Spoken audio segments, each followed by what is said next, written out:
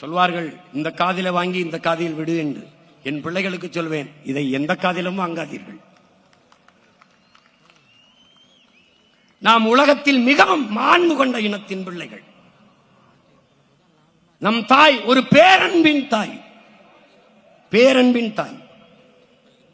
அவளுக்கு யாரையும் பகைக்க தெரியாது. பிறப்பு ஒக்கும் எல்லா உயிருக்கும் என்று சொன்னவள் நம் தாய் தான்.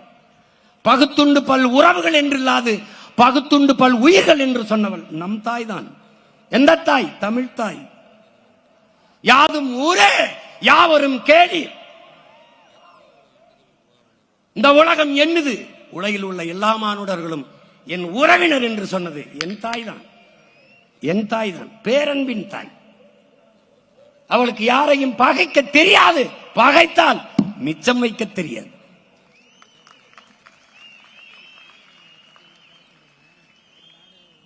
வாடிய பயிரை கண்டவதெல்லாம் வாடினேன் என்று வாடியவன் என் முன்னவன் தான். மயிலுக்கு போர்வையும் முல்லைக்கு தேரையும் நிறுத்தியவன் என் முன்னவன் தான். செயல் பைத்தியக்காரத்தனமாக இருக்கும். உண்மையிலேயே பாரி தேரை நிறுத்தினானா? உண்மையிலே பேகன் போர்வை போத்தினானா? கதையாக இருக்கட்டும், கற்பனையாக இருக்கட்டும், ஆனால் மேலோங்கி நிற்பது என் முன்னவனின் உயிர்மை நேயம் என்பதை அறிவு சமூகம் அறியணும். காக்கை குருவி எங்கள் சாதி, நீல் கடலும் மலையும் எங்கள் கூட்டம் என்றவன் எங்கள் பாட்டன் பாரதி. புதியதோர் உலகம் செய்வோம், கெட்ட போரிடும் உலகத்தை வேரோடு சாய்ப்போம். உலகம் தழுவி நேசித்தவன் என்னவன்? பாரடா உன் மானுட பரப்பை, மானுட சமுத்திரம் நான் என்று கூவு, விசால பார்வையால் விழுங்கு மக்களை என்றவன் என்னவன்? புரட்சி பாவலன் பாவேந்தன் பாரதிதாசன். பேரன்பின் தாய் என் தாய் தமிழ்.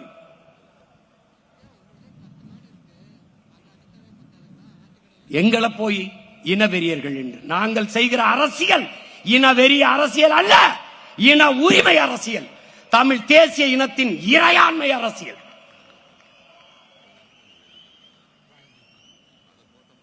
சிதைந்து அழிந்து போன என் தாய்மொழியை மீட்க சாதி மத உணர்ச்சிகளில் சிக்கி நாங்கள் தமிழர் என்கிற இன உணர்வை இழந்ததால் தாய் நிலத்திலே அரசியல் வலிமையற்ற அதிகாரமற்ற அடிமைகளாக வாழ்ந்து கொண்டிருக்கிறோம்.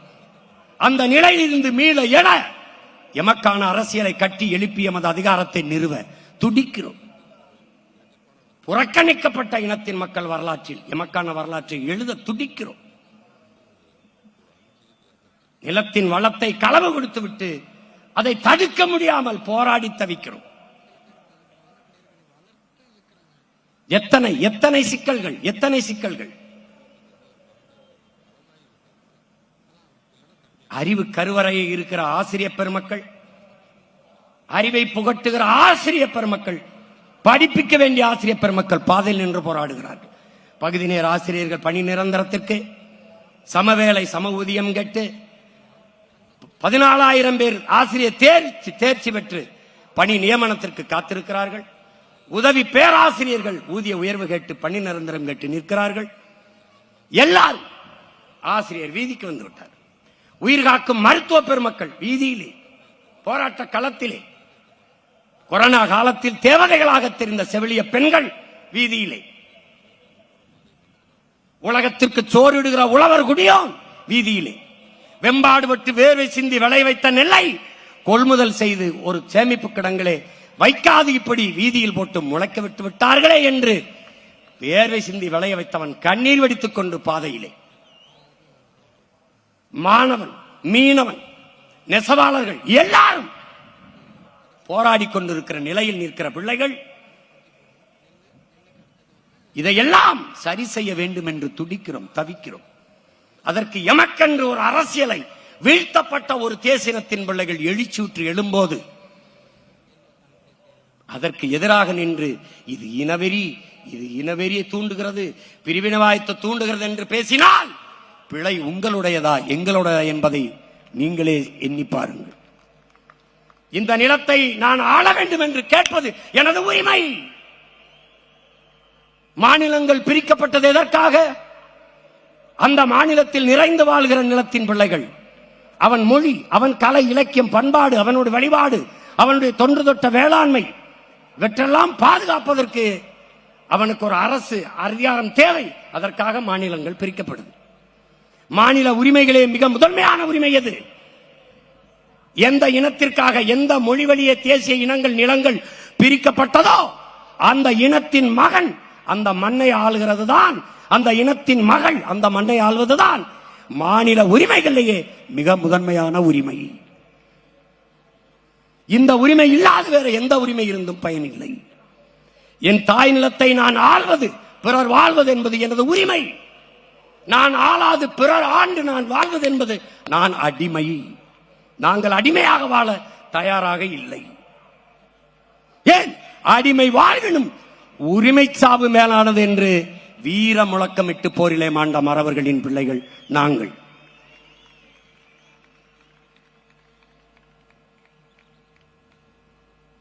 அடிமையாக வாழ்வதை விட சுதந்திரமாக சாவது மேலானது. அதுவும் அந்த சுதந்திரத்திற்காக போராடி சாவது அதைவிட மேலானது என்ற முழக்கத்தை முன்வைத்த வீரமறவன் பிரபாகரனின் பிள்ளைகள் நாங்கள்.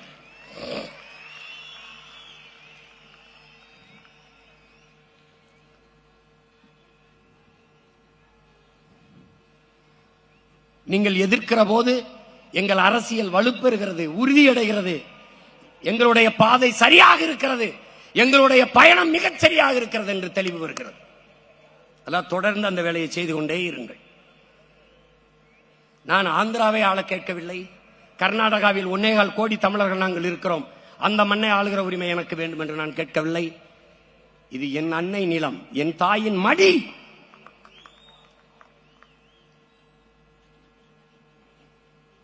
நாங்கள் ஆளும்போது அருமை பெருமக்களே 5 ஆண்டுகள் இந்த பிள்ளைகளின் ஆட்சியில் வாழ்ந்து வாருங்கள்.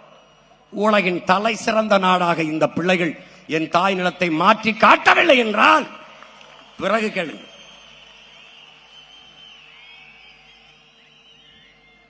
கல்வி சிறந்த தமிழ்நாடு, புகழ் கம்பன் பிறந்த தமிழ்நாடு, வள்ளுவன் தன்னை உலகினுக்கே தந்து வான்புகள் கொண்ட தமிழ்நாடுங்கிறான் எங்கள் பாவலன் பெரும்பாவளன் பாட்டன் பாரதி. அப்படி கல்வியில் சிறந்த தமிழ்நாடாக மாற்றி காட்டுவேன். இது என் தாய் மீது, என் தமிழ் மீது, என் தலைவன் பிரபாகரன் மீது ஆணை. நாட்டின் முதல் குடிமகனுக்கு என்ன மருத்துவமோ அது கடைகோடி மகனுக்கும் கிடைக்க செய்வேன். வேலை இல்லை என்ற சொல்லுக்கு இனி வேலை இல்லை. வறுமைக்கு வறுமை வரும், பசிக்கு பசி வரும். எப்போது? இந்த பைந்தமிழர் ஆட்சியிலே.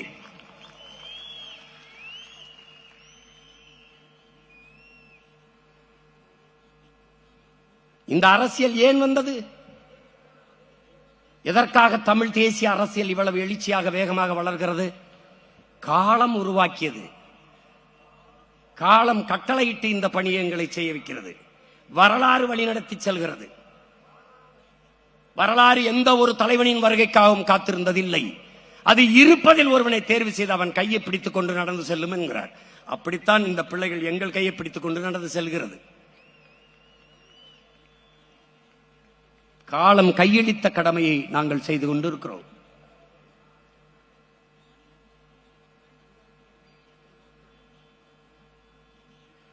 காவிரியிலே எமக்கு உரிய நதிநீரை கேட்கிற போது எல்லாவற்றையும் எடுத்துக் கொள்கிறார்கள். எங்களுடைய நெய்வேலி பழுப்பு நிலக்கரை மின்சாரம் பிரித்துக் கொள்கிறீர்கள். ஏன்? நாங்கள் இந்தியர்கள், எங்கள் சொத்துக்கள் பொதுமை. நரிமணம் பெட்ரோல் பிரித்துக் கொள்கிறீர்கள். எங்கள் நிலத்தில் மீத்தேன் ஈத்தேன், என் பூமி தாயின் ஈரக்குலை இதயத்தை அறுத்து எடுக்கிற அந்த மீத்தேன் ஈத்தேன் பிரித்துக் கொள்கிறீர்கள். அணுவுலை அழிவு வந்தால் எனக்கு பயன், எல்லோரும் பிரித்துக் கொள்கிறீர்கள். ஆனால் அவரவர் நதிநீர் மட்டும் அவரவர்க்கே என்று இருத்திக் கொள்கிறீர்கள். எங்கே இருக்கிறது இந்தியம்?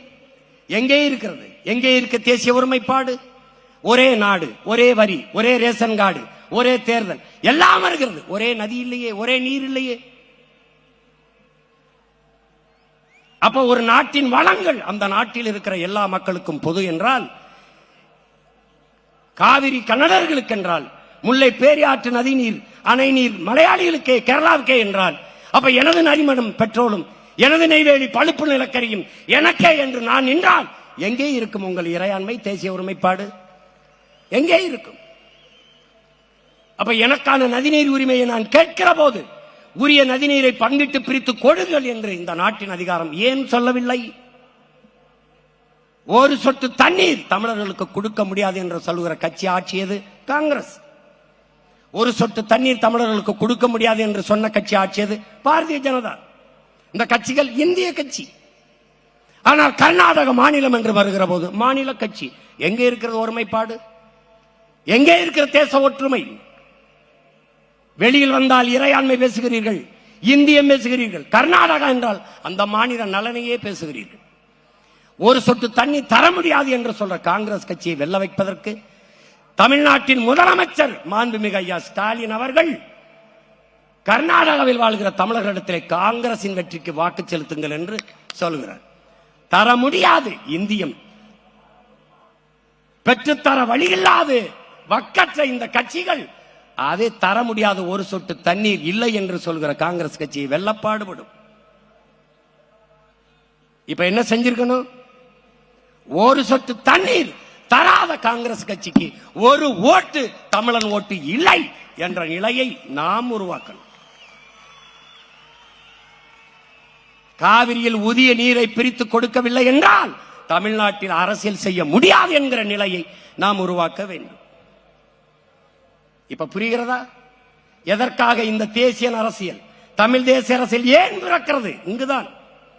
காவிரி நதிநீரை கேட்கிற போது யாரெல்லாம் தமிழர் என்று நம்ம இடத்துல கேட்பார்கள். காவிரி நதிநீர் கேட்கிற போது கன்னடனுக்கு தெரியும் யாரெல்லாம் தமிழர் என்று.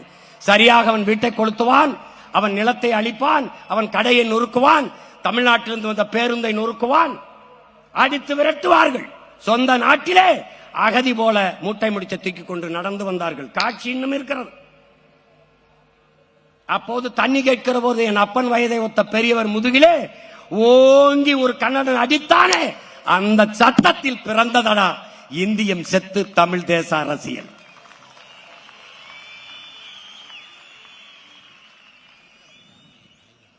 கச்சத்தீவை எடுத்துக் கொடுத்தது யார்? இந்தியம், காங்கிரஸ், அம்மையார் இந்திரா காந்தி. கொடுக்கும் போது ஆட்சியில் இருந்து கைகட்டி வேடிக்கை பார்த்தது யார்? திராவிடம், திமுக, ஐயா கருணாநிதி அவர்கள். எப்படி? கச்சத்தீவு எனக்கென்றால் கடல் தூரம் அதிகம், கச்சத்தீவு அவனுக்கென்றால் அவனுக்கு கடல் தூரம் அதிகம், எல்லை தாண்டி வருகிறான் என்று இதுவரை 850 மீனவனை சுட்டே கொண்டிருக்கிறார். இன்றும் சிறைக்குள் நம்மவர்கள். படகை பறிக்கிறான், அரசுடைமையாக்குறான், ஏலம் விடுகிறான், வலையை கிழிக்கிறான். எப்படி? அப்பனுக்கு முன்பு மகனை, மகனுக்கு முன்பு அப்பாவை நிர்வாணப்படுத்தி அடிக்கிறான். மீனின் அழுக்கு ரத்தத்தை குடி குடி என்று சொல்லி அடிக்கிறான். தன் நாட்டு குடிகளை கொன்று குவிக்கிற ஒரு ராணுவத்திற்கு பயிற்சி கொடுத்து, பணமும் கொடுத்து, ஆயுதம் கொடுத்து, அதை நட்பு நாடு என்று உலகத்தில் எந்த நாடு பாராட்டும்? என் நாடு பாராட்டுகிறது. கச்சத்தீவை கொடுக்கும் போது வேடிக்கை பார்த்து நின்றவர்கள் இவர்கள். கச்சத்தீவை கொடுத்தது தவறு என்று வாதிட்டவன் ஒரே ஒரு வீர மகன் நம்முடைய தாத்தா மு.க. தேவர் மட்டும்தான்.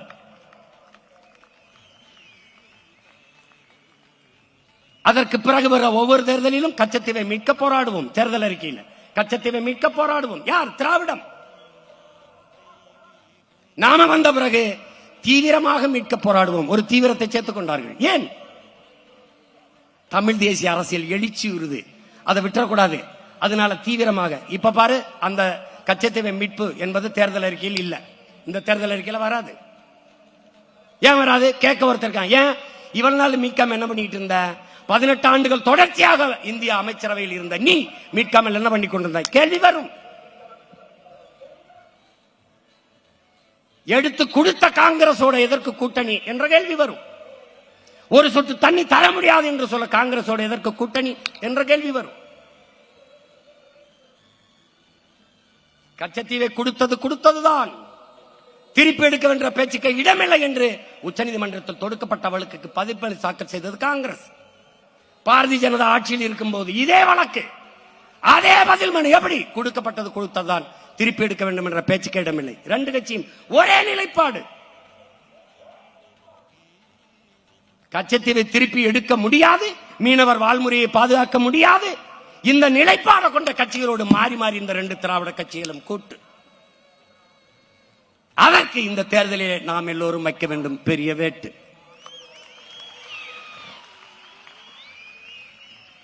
புரிகிறதா? ஏன் தமிழ் தேசிய அரசியல் அவசியப்படுகிறது? ஏன் இந்த அரசியல் வேகமாக வளர்கிறது? இதுதான், இது காலத்தின் தேவை. செத்து விழுகிற மீனவன் இந்திய மீனவன் என்றால் தமிழ் தேசியம் பிறந்திருக்காது. செத்து விழுந்த மீனவன் தமிழ் மீனவன் என்றால் அந்த இடத்தில் இந்தியம் செத்து, திராவிடம் செத்து, தமிழ் தேசியம் பிறந்திருது. ஆந்திர காட்டுக்குள் 20 பேரை சுட்டுக் கொண்டார் ஐயா சந்திரபாபு நாயுடு. அறத்தின் வழி நின்று வாழ்ந்த மறவர் கூட்டத்தை திருடர்கள் பட்டம் கட்டி சுட்டுக் கொண்டார். கட்டையிலும் என், செத்து கிடந்த என் இனத்தின் உறவுகளின் காலிலும் என் நம்பர் போட்டு வைத்திருந்தார். ஒரு மகன் கேட்கல, இந்த மரக்கட்டைக்கு இருக்கிற மதிப்பு மானத்தமிழன் உயிருக்கு இல்லையா என்று கேட்கல. கேட்டவன் இந்த மகன் ஒருவன் தான், உன் உடன் பிறந்தான் ஒருவன் தான். அவன் செத்து விழுந்த இடத்திலே இந்தியம் திராவிடம் செத்ததடா, தமிழ் தேசியம் பிறந்ததடா. இவ்வளவுதான்டா. இந்த செயல் கொடுமையானது என்று நாட்டின் பிரதம அமைச்சர் கண்டித்தது உண்டா? இந்த நிலத்தில் இருக்கிறவர்கள் ஏதாவது கண்டித்தது உண்டா?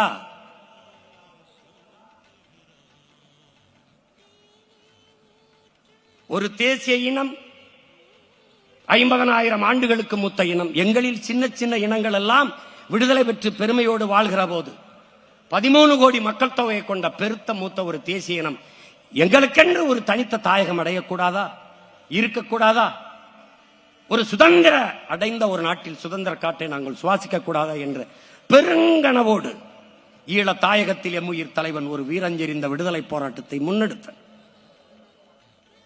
அந்த போராட்டத்தை பிரிவினவாதம், பயங்கரவாதம் என்று பழி சுமைத்து அழித்து ஒழித்தார்கள். லட்சக்கணக்காக செத்து விழுந்தோ பச்சிலம் குழந்தைகள் நச்சு குண்டுகளுக்கு கருகி கரிக்கட்டையாக விழுந்தார்கள். கர்ப்பிணி பெண்கள், வயது முதிர்ந்தவர்கள் கொல்லப்பட்டார்கள். ஒரு இனம் சார்ந்தவர்கள் என்று பார்க்க வேண்டாம், சக மனித சாவு என்று இந்த நிலத்திலே எந்த இடத்தில் இருந்து நமக்கு ஆதரவாக குரல் வந்தது? அந்த செயலை கண்டித்து எந்த இடத்தில் இருந்து குரல் எழுந்தது? என் உடன் பிறந்தானே எங்கே? கரையில் செத்து ஒதுங்கிய அயலான்கிற சிறுவனுக்காக எல்லாரும் அணிதீர்களே. அதே வயதை ஒத்த என் தம்பி பாலச்சந்திரன் நெஞ்சிலே குண்டு தாங்கி செத்து கிடந்தானே. கை கட்டும் தூரத்திலே நிறுத்திய அந்த பிஞ்சு பாலகனை ராணுவ வீரன் தை துப்பாக்கியால் சுட்டுக் கொண்டிருக்கானே. உலகத்தில் ஒருவன் கூட குரல் எழுப்பி ஏன் கண்டிக்கவில்லை? இத்தனை மொழிவழி தேசிய இனங்கள் எல்லாம் எங்கள் சகோதர இனங்கள் என்றுதானே நாங்கள் நேசித்து அன்பு செலுத்தி ஆதரவு காட்டி வாழ்கிறோம். எங்கள் சாவுக்கு ஒருவர் கூட இந்த செயல் கண்டிக்கத்தக்கது என்று ஒருவர் கூட கண்டிக்கவில்லையே. அப்ப எங்கே இருக்கிறது இந்தியம்? எங்கே இருக்கிறது திராவிடம்? செத்து போனது.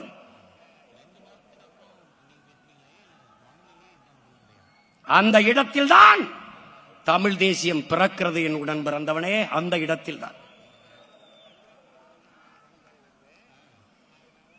இதை அறிவு சமூகம் புரிந்து கொள்ள வேண்டும். நம்ம எதிர்ப்பவர்களாம் யார்? முல்லை பேரியாற்றில் அணையில் தண்ணி வாங்கி தர துப்புள்ள ஈவேராயாவை காப்பாற்றுவதற்கு பெரும் போராட்டம் நடத்துகிறார்கள். பெரும் போராட்டம் நடத்துகிறார்கள். வச்சுக்க, பெரியார வச்சுக்க, பூஜாரியில் வச்சு கூட கும்பிடு, எனக்கு வேண்டாம், அவ்வளவுதான். என் இனம் சார்ந்தவன் பாருடா, இடம்பத்தலடா, டே இடம்பத்தலடா, பாருடா பாரு.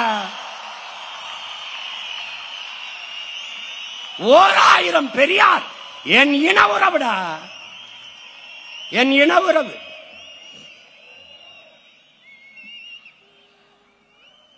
அம்பேத்கருக்கு முந்தி சிந்தித்தவன் என் பாட்டன் அயோத்திதாசனடா.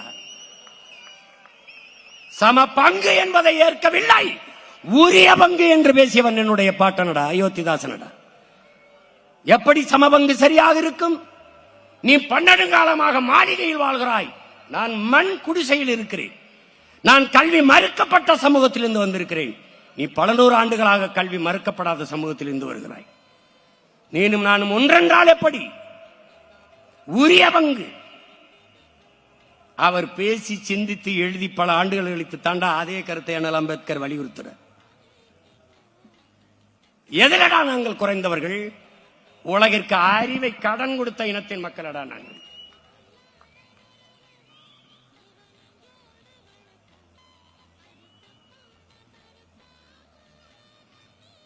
அறிவு சமூகம் ஒரு எழுச்சியுற்று எழுது. தமிழ் தேசிய அரசியல் மான தமிழ் பிள்ளைகள் வெறி கொண்டு எழுகிறோம். இழந்த உரிமையை மீட்க, இருக்கிற உரிமையை காக்க வெறி கொண்டு எழுந்து வந்து கொண்டிருக்கிறோம். இதுல குறுக்க பெத்த தாய் தந்தையரை வந்தாலும் எங்களுக்கு எதிரி எதிரிதான்.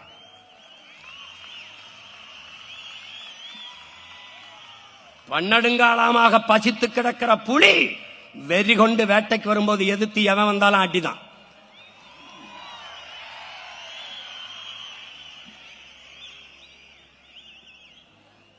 இங்க மும்முனை போட்டிம்பா, இருமுனை போட்டிம்பா, 4 முனை, ஒரு போட்டியும் கிடையாது. அந்த 3 கட்சிகளும் ஒரே கோட்டில் நிக்குது. நாம் தமிழர் கட்சி வேற கோட்டில் நிக்குது.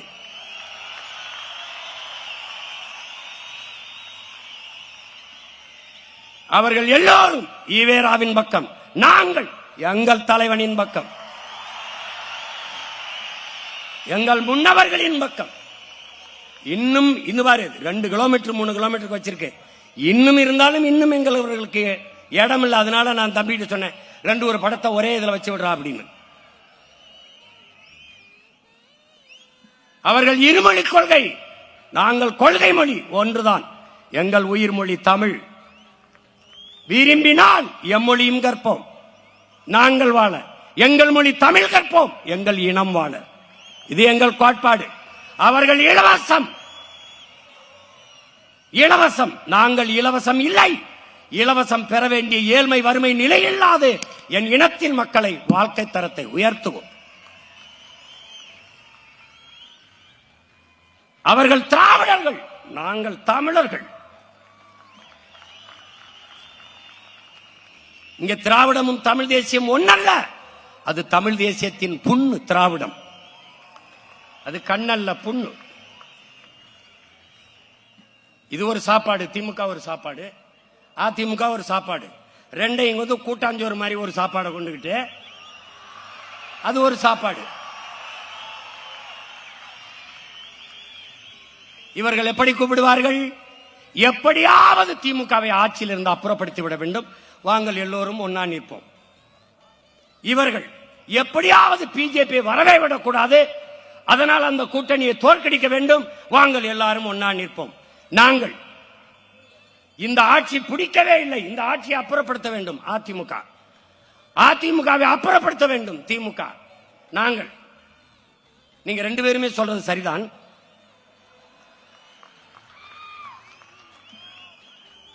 எல்லாரும் ஒன்னா நிப்போம், ஒன்னா நிப்போங்கிறாங்க. அதனால்தான் நாங்க ஒன்னா நிக்கிறோம். ஏன்? உங்க எல்லாரையும் காலி பண்ணணுங்கிறதுக்காக தான் நாங்க ஒன்னா நிக்கிறோம். இவர்கள் அரசியல் கோட்பாடு திமுகவை எப்படியாவது ஆட்சியிலிருந்து அகற்ற வேண்டும், அகற்ற வேண்டும். அகற்றிவிட்டு யாரை அமரச் செய்வீர்கள்? அதிமுகவை. பேயை விவாகரத்து செய்துவிட்டு பிசாசை திருமணம் செய்வது, பிசாசை விவாகரத்து பண்ணிவிட்டு பேயை திருமணம் செய்வது. இந்த பேயை விரட்டி விட்டு தேவதையை உட்கார வைத்தால் சரி. இது எப்படி கதை? எப்படி?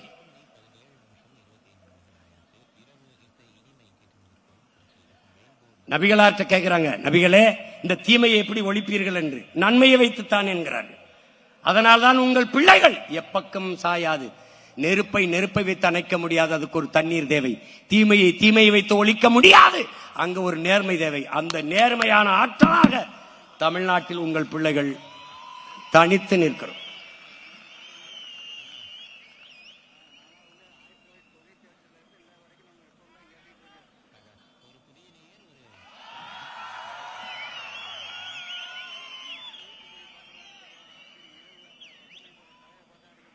மாற்றம் என்பது வெறும் சொல் அல்ல, ஒரு செயல். எதிலிருந்து மாற்றம்? ஒவ்வொன்றிலும் மாற்றம். ஊழல் லஞ்சம் அது தவிர்த்து உண்மை நேர்மையான நிர்வாகம், இலவசம் அது வளர்ச்சி திட்டம் அல்ல, ஒரு வீழ்ச்சி திட்டம், வெறும் கவர்ச்சி திட்டம். இலவசம் பெற வேண்டிய ஏழ்மை வரையினில் இல்லாத மக்களின் வாழ்க்கை தரத்தை உயர்த்துவதுதான் தொலைநோக்கு. 1 லட்சம் கோடியை வட்டி கட்டுகிறது நமது அரசு. 3 லட்சம் கோடி தான் நிதி நிலையே. ஒவ்வொரு பட்ஜெட்லயும் ஒவ்வொரு ஒதுக்குற நிதியே 3 லட்சம் கோடி தான். அது 1 லட்சம் கோடி வட்டியே கட்டுறாங்க. இப்ப நமக்கு இன்னொரு கேள்வி வருது, 10 லட்சம் கோடி கடனை பெற்ற நமது நாடு எந்த ஒரு நலத்திட்டத்தை சிறப்பாக நிறைவேற்றி முடித்திருக்கிறது சொல்லுங்க. ஏதாவது ஒன்று. கல்வி, ஆகச்சிறந்த கல்வியை கொடுத்து விட்டோம். ஏழை பணக்காரன், உயர்ந்தவன் தாழ்ந்தவன் என்ற பாகுபாடு இல்லை. மருத்துவம் எல்லாருக்கும் சரியாக சமமாக கொடுத்தாச்சு. போக்குவரத்து, பாதை போக்குவரத்து சிறப்பாக, தடையற்ற மின்சாரம் தேசத்தின் குடிகளுக்கு எல்லாருக்கும் கொடுத்தாச்சு. குடிநீர் விநியோகம், பகிர்ந்தளிப்பு, சரியாக தூய குடிநீர் கொடுத்தாச்சு. இப்படி ஏதாவது இருக்கா? இப்படி ஏதாவது? வேலை கலையாத இளைஞன், பாலு கலாத குழந்தை, கல்விக்கு இயங்காத மாணவன், இதுதான் என் கனவு இந்தியா என்றான் பகத்சிங். அது அடிமை இந்தியா. ஆனால் விடுதலை பெற்ற இந்தியாவில் 80 ஆண்டுகள் ஆயும் இன்னும் அதே முழக்கம். எப்படி? தமிழ்நாடு தேர்வு ஆணையத்தில் தேர்வு எழுதிவிட்டு மட்டுமே அன்பு உடன் பிறந்தார்களே 70 லட்சம் பேர் பணிக்காக காத்திருக்கிறார். இந்த 70 லட்சம் பேருக்கு நீ எப்படி வேலை கொடுப்பாய்? கொடுப்பான். எப்படி கொடுப்பான்? எங்களுக்கு ஒரு கோட்பாடு இருக்கிறது என் பெற்றோர்களே. நீர், வயிறு, நீரு, வயிறு, உயிர், அறிவு, பயன், வளர்ச்சி, இதுதான் எங்களுடைய ஆட்சி முறை. நீர் என்ன? நீர்வள பெருக்கம். நீரின்றி அமையாது உலகு. தண்ணீரின் தேவையில் தன்னிறைவு எங்கள் திட்டம். நீர் வந்துச்சா அதுக்கப்புறம் வயிறு, பசி, பசி வந்தால் 10 பறந்து போகும். மானம், குடிப்பிறப்பு, தானம், தவம் எல்லாம் போயிடும். கல்வி எல்லாம் போயிடும். நீ மனுஷனாவே இருக்க மாட்டாய் என்கிறார் அதிவு மூதாட்டி அவை. அப்ப என்ன பண்ணும்? பசி என்ற சொல் என் தேசத்தில் இல்லாம ஒழிக்கணும். என்ன பண்ணுவாய் சீமான்? நானே வேளாண்மை செஞ்சிருவேன். வேளாண்மையை அரசு பணியாக மாற்றிடுவேன். தற்சார்பு, பசுமை, தாய்மை பொருளாதார கொள்கையை முன்னிறுத்திடுவேன். வேளாண்மை சார்ந்த பொருளாதாரம், அதனால் பசுமை பொருளாதாரம். ஆடு மாடு வளர்த்தல், நெசவு செய்தல், பட்டுப்பூச்சி வளர்த்தல், தேனீக்கள் வளர்த்தல், மீன் வளர்த்தல், வாத்து வளர்த்தல் எல்லாம் அரசு பணி. பனை சார்ந்த தொழில், தென்னை சார்ந்த தொழில், நிலமும் வளமும் சார்ந்த தொழிற்சாலை, வேலை வாய்ப்பு, வளர்ச்சி. உன்னுடைய தொழிற்சாலை காற்றை நஞ்சாக்கும், நீரை நஞ்சாக்கும், நிலத்தை நஞ்சாக்கும். என்னுடைய தொழிற்சாலை எதையும் செய்யாது, எந்த கேடையும் விளைவிக்காது. அவனவன் வாழ்விடத்திலே அரசு பணியை கொடுத்துருவேன். இந்த 1000க்கு கையேந்த ஆத்தால பணி வைக்க மாட்டேன். நீ அங்கே இரு. இந்த திருச்சியா இந்த ஒரு துறையூரா, அங்க அரசு பணி.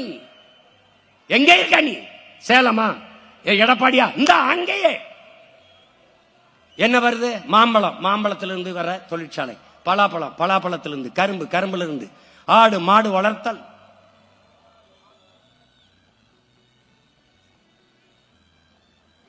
உனக்கு சிரிப்பா இருக்கு, நீ இப்ப சிரி, போட்டு காட்டுவேன் பாரு. இதே மாதிரி திரையில பாரா, மாடு வளர்த்து எவ்வளவு பொருளாதாரத்தை பெருக்கிறேன், எப்படி வேலை வாய்ப்பை கொடுக்கிறேன்னு காட்டேன் பாரு.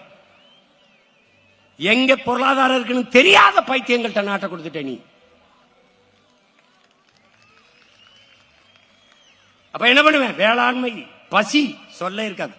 பால் மட்டும் இருந்தால் என் உடன் பிறந்தார்களே, பசி என்ற சொல் அந்த நாட்டில் இருக்காது. பால் முழுமையான உணவு. பிறந்த உடனே தாயின் மாரில் 1.5 ஆண்டுகள் பால் தான் குடித்தோம். முழு உணவு. எந்த திரவ உணவுலையும் கழிவு வராது, பாலில் வரும். புரதச்சத்துள்ள முழுமையான உணவு. பால் இருந்தால் பசி வராது. ஏன்? நான் பால் வச்சிருப்பேன். உன்னை மாதிரி காலை உணவு உப்புமா கிண்டி போட மாட்டேன் ராஜா. பள்ளிக்கூடத்து வாசல்ல கடை வச்சிருப்பேன். முல்லை, குறிஞ்சி, முல்லை, மருதம், நெய்தல் அங்காடின்னு நான் அங்காடி வச்சிருப்பேன். அரசு அங்காடி. நோ சுகி சுமோட்டோ நானே வச்சிருப்பேன். நோ ஊபர் ஓலோ, நானே உலான்னு நானே போக்குவரத்து நடத்துவேன். எல்லாம் என்கிட்ட இருக்கும். பால் குடிச்சிட்டு தான் என் பிள்ளை போகணும். முட்டை வைப்பேன். ஏன்? நாட்டுக்கோழி பண்ணை வச்சிருப்பேன். நான் 5000 ஏக்கர் 2000 ஏக்கர் 3000 ஏக்கர் பண்ணை இருக்கும். உனக்கு வெக்கமா இருக்க? நீ போ, நான் மேய்ச்சிக்கிருவேன். ஆனா இங்க பார் முட்டை சாப்பிடுறேன், கறி சாப்பிடுறேன், பால் சாப்பிடுறேன் வந்தாயின்னு வச்சுக்க, பச்சை மட்டை வச்சு பிச்சு போடுவேன்.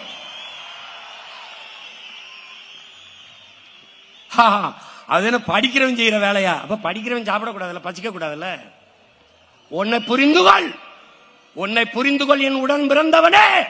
நீ சாப்ட்வேர் இண்டஸ்ட்ரியில் வேலை செய்யலாம், சாப்பிட்டு போய் தான் வேலை செய்யணும். நீ எல்லாவற்றையும் உன் அலைபேசியிலே பதிவிறக்கம் செய்ய முடியும். ஆனால் ஒரு சாப்பாடையும் 1 லிட்டர் தண்ணீரையும் உன்னால் பதிவிறக்கம் செய்ய முடியாது. ஒப்பந்தம் தான் செய்யணும், ஆர்டர் தான் பண்ணணும். என்ன பண்ணும்? ஆர்டர் தான் பண்ணணும். கடைக்கு சொல்லுவேன், கடைக்கு எங்கிருந்து வரும்? என்ன ஆத்தால பண்ணிட்டு இருந்துதான் அது வரணும். நல்லா கவனிச்சுக்க தம்பி. தம்பி, நீ விண்வெளிக்கு விண்கலனை ஏவலாம், விஞ்ஞானிக்கு சாப்பாடு என் விவசாயி தான் கொடுக்கணும். சந்திர மண்டலத்துக்கு சந்திராயனை ஏவலாம், அந்த சயின்டிஸ்டுக்கு சாப்பாடு என் சம்சாரி தான் கொடுக்கணும். அண்டர்ஸ்டாண்ட்? புரியுதா? புரிஞ்சுக்க தம்பி, புரிஞ்சுக்க. எல்லாரும் மனிதர்கள் செய்கிற தொழிலை செய்கிறார்கள். வேளாண் குடிமகன் விவசாயி மட்டும்தான் தெய்வத்தின் தொழிலை செய்கிறான்.